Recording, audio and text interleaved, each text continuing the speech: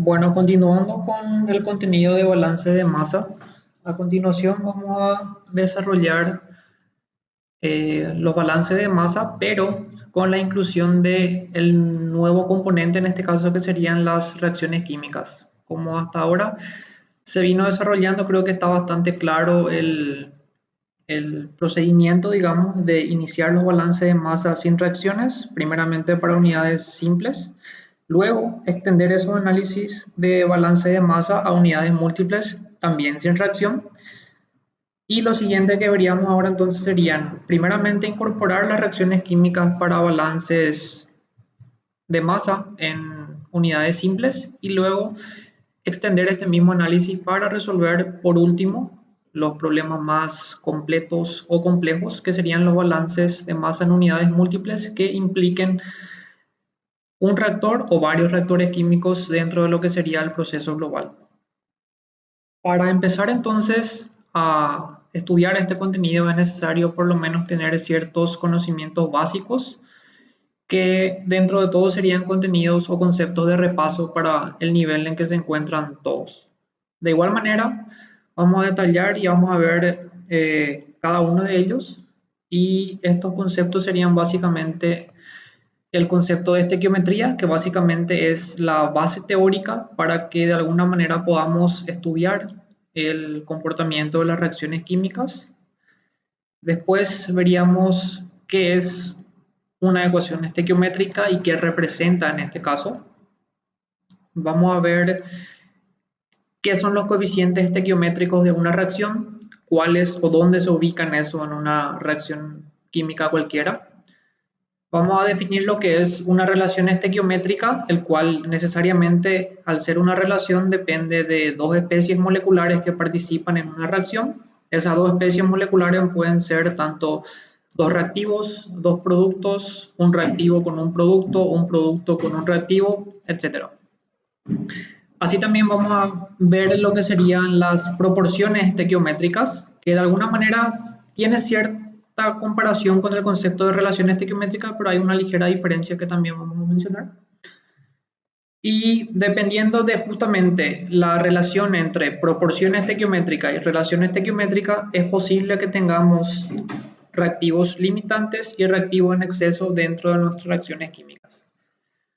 Bueno, para que esto sea un poco más visible, digamos, entonces lo que tendríamos aquí sería un pequeño ejemplo de manera que se puedan aclarar o entender un poco mejor los conceptos que teníamos acá, ¿verdad? Entonces, la ecuación estequiométrica, que era el primero de los conceptos, es básicamente la ecuación que tenemos acá arriba, que en este caso me permite ver la relación que existe entre compuestos o moléculas que están actuando como reactivos, que serían los dos componentes que tenemos acá, que serían básicamente el etileno y el oxígeno, y productos que sería en este caso el óxido de etileno. Entonces la ecuación estequimétrica es simplemente eso, es una ecuación que me permite ver cuál es la relación que existe entre reactivos y productos mediante los coeficientes estequiométricos, que son los que están marcados acá o los que están resaltados en este caso con el color rojo.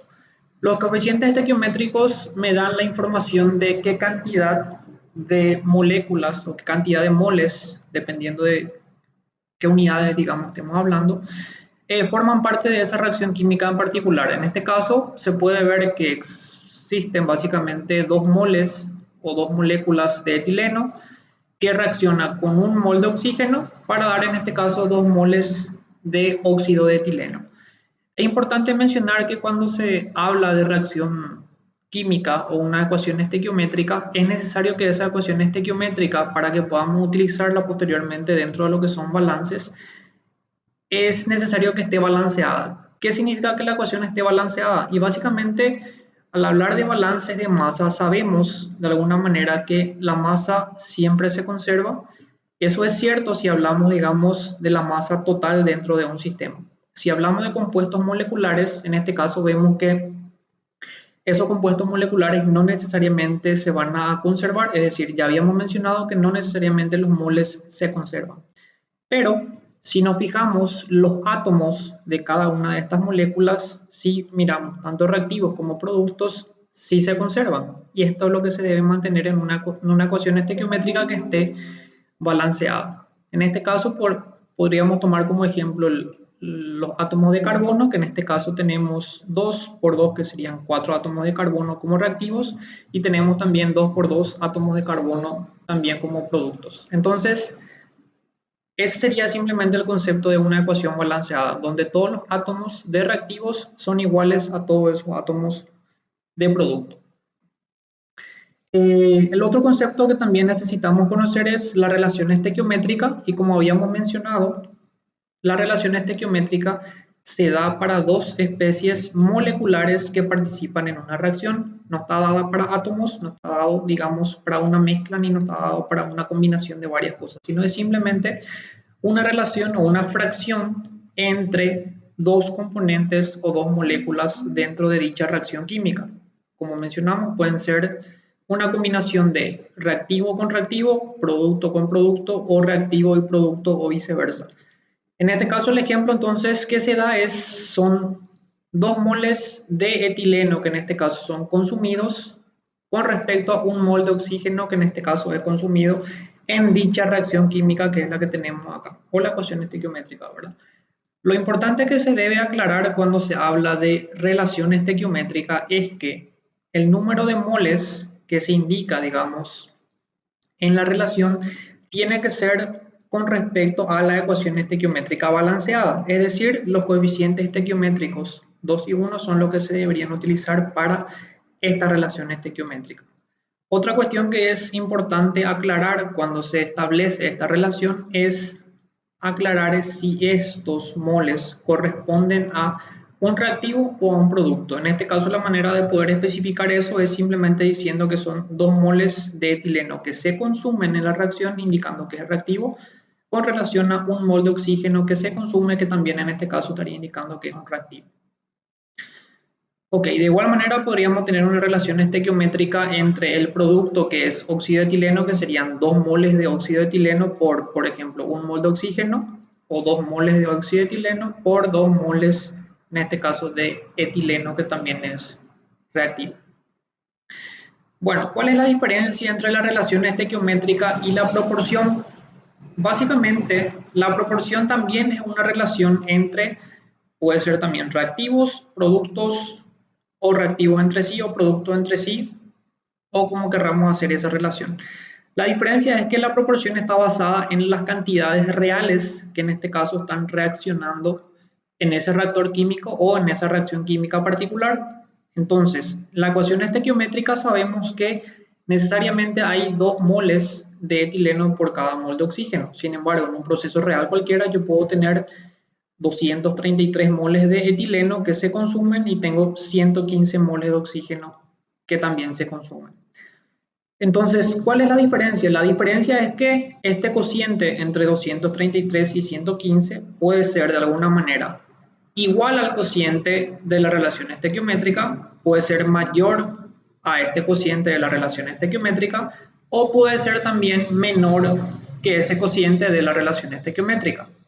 En el caso de que la proporción, es decir, los moles alimentados, o en este caso consumidos de etileno en el reactor, tengan la misma relación que la relación estequiométrica, a esa proporción se la denomina proporción estequiométrica. Como se ve en este ejemplo, entonces vemos que para 200 moles de etileno consumido, tenemos 100 moles de oxígeno consumido, lo cual daría una misma relación estequiométrica de 2 a 1 si simplemente simplificamos esto con esto.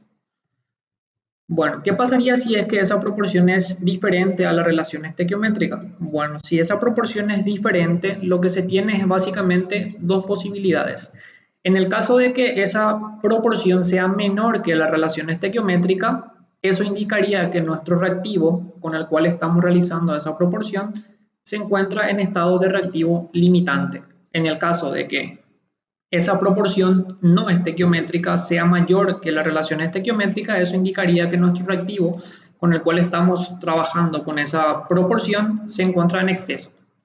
¿Qué quiere decir eso? ¿Cómo relacionamos, digamos, con lo que teníamos anteriormente acá? Básicamente en esta relación estequiométrica estamos diciendo que por cada 2 moles de etileno que se van a consumir, se debería consumir 1 mol de oxígeno. Quiere decir que la relación es básicamente 2 a 1, o que por cada mol de oxígeno el doble de moles de etileno necesariamente siempre se tienen que consumir. Quiere decir que si tenemos 3 a 1, 3 sobre 1 en este caso, quiere decir que nuestro etileno va a estar en exceso con relación a la cantidad de oxígeno que en este caso es la que debería estar reaccionando, ya que la relación es simplemente 2 a 1. O si consideramos en vez de 1 una relación de 0,5, quiere decir que en este caso el oxígeno sería el que está en una relación de reactivo limitante, ya que la cantidad es menor que la cantidad que en este caso debería estar en condiciones estequiométricas. Para ver un ejemplo un poco más claro, se tienen los dos casos que tenemos acá. Si tenemos, por ejemplo, 333 moles de etileno consumido con relación a 115 moles de oxígeno también consumido, eso nos da una relación o una proporción en este caso que es igual a 2,89. La proporción estequiométrica que habíamos visto previamente es 2. Entonces, como nuestro resultado es mayor a 2, quiere decir que nuestro etileno se encontraría en condiciones de exceso con relación a esa proporción estequiométrica. Sin embargo, para el siguiente caso, si tenemos 133 moles de etileno consumido con relación a 115 moles de oxígeno también consumido, eso nos da una proporción que es en este caso igual a 1,15. Si 1,15 es menor que la proporción estequiométrica, que es en este caso igual a 2, eso indicaría que nuestro etileno estaría actuando como un reactivo limitante. Importante mencionar que normalmente la definición de un reactivo limitante es aquel que en cualquier ecuación estequiométrica que continúa hasta que se desarrolle por completo, ese reactivo limitante va a ser el que se va a consumir completamente para dar los productos necesarios, mientras que el reactivo, en este caso en exceso, evidentemente no se va a consumir por completo. Bueno, continuando entonces, vamos a definir algunas otras variables importantes necesarias para el estudio de procesos que impliquen reacciones químicas. En este caso vamos a definir lo que es una fracción en exceso de una sustancia o de una molécula o de un compuesto A cualquiera. Vamos a definir lo que es la fracción de conversión de un reactivo, ya que no tiene sentido hablar de una fracción de conversión de un producto. Es una pregunta bastante habitual que puede dar pie a que nos confundamos, digamos, muy fácilmente. Al hablar de fracción de conversión, se entiende que el componente o el compuesto que va a estar convirtiéndose en este caso siempre tiene que ser un reactivo, ¿verdad? No tiene sentido hablar de un producto que se va a convertir. Y por último vamos a ver la definición de lo que es el grado de avance de reacción, que también es una variable bastante importante que va a ser útil a la hora de plantear los balances de masa para las reacciones químicas que se van a ver posteriormente. Bueno, primeramente, la fracción en exceso es como para ejemplificar un proceso en el cual se encuentra siempre un compuesto en exceso, serían los procesos de combustión, en donde normalmente los procesos de combustión, para que se asegure ese proceso de reacción, normalmente se tiene que agregar un exceso de aire, lo que implicaría un exceso de oxígeno para esa reacción, ¿verdad? Entonces, esa sería, digamos, alguna aplicación en donde podríamos encontrar esa fracción de exceso de algún reactivo dado. La definición es simplemente la que se ve en pantalla, ¿verdad? La fracción en exceso de una sustancia A es simplemente igual a la cantidad de moles de A alimentado al proceso menos la cantidad de A en condiciones estequiométricas dentro de la reacción dividido la cantidad de ese compuesto A también en condiciones estequiométricas en dicha reacción.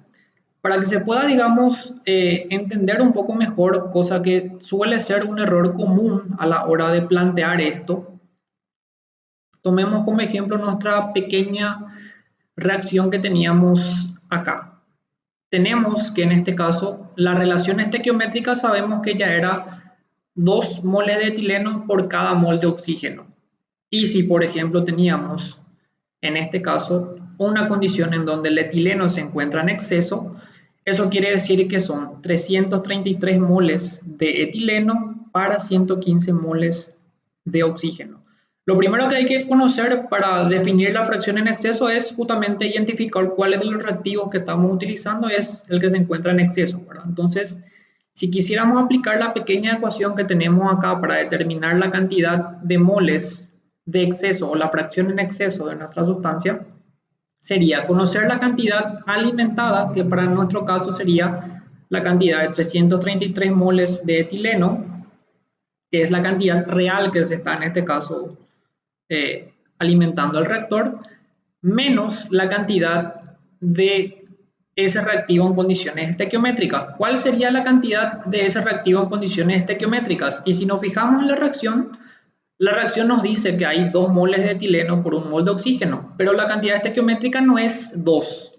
¿Por qué no va a ser 2? Y bueno, porque yo tengo en este caso 115 moles de oxígeno. Para 115 moles de oxígeno, ¿cuál sería la cantidad estequiométrica que estaría actuando para nuestro etileno? Sería simplemente el doble de eso, ¿verdad? Lo que en este caso sería entonces 230 moles de etileno. Entonces, nuestra fracción de exceso que tendríamos acá sería simplemente 333, que sería esto, menos el doble de 115, que es la cantidad estequiométrica de acuerdo a nuestra ecuación estequiométrica, dividido la cantidad estequiométrica, que en este caso va a ser de vuelta 230 moles de etileno. Vamos a ver con un ejemplo y cálculos de alguna manera un poco mejor esto para que se entienda si es que con esta pequeña explicación no es suficiente. Bueno, otro parámetro importante que se utiliza en procesos que implican reacciones químicas es la fracción de conversión de un reactivo R cualquiera. Para simplemente entender por qué existe esto o por qué se da este tipo de procesos en procesos donde ocurren reacciones químicas, la pregunta sería, ¿por qué no dejar que simplemente esa reacción se lleve a cabo de manera que todo nuestro reactivo se consuma por completo, de manera que esa conversión sea 100? Y bueno, hay diferentes motivos por los cuales normalmente los reactores no trabajan con una conversión de 100%.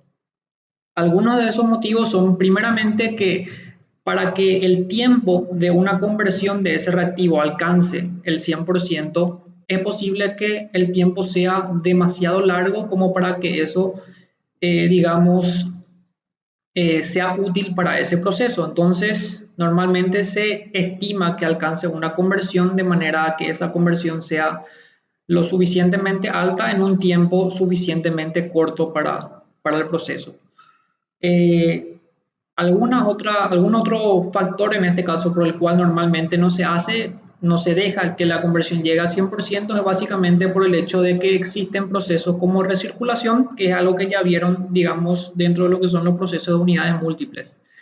Básicamente existen procesos en donde se diseñan de manera que la fracción de conversión, digamos, en el reactor sea pequeña, de manera que si va a salir todavía un poco de nuestro reactivo entre los productos, simplemente lo que hacemos es recircular esos reactivos de vuelta a nuestro reactor de manera que no se pierdan esos reactivos que no se van a consumir debido a que la fracción de conversión sea pequeña.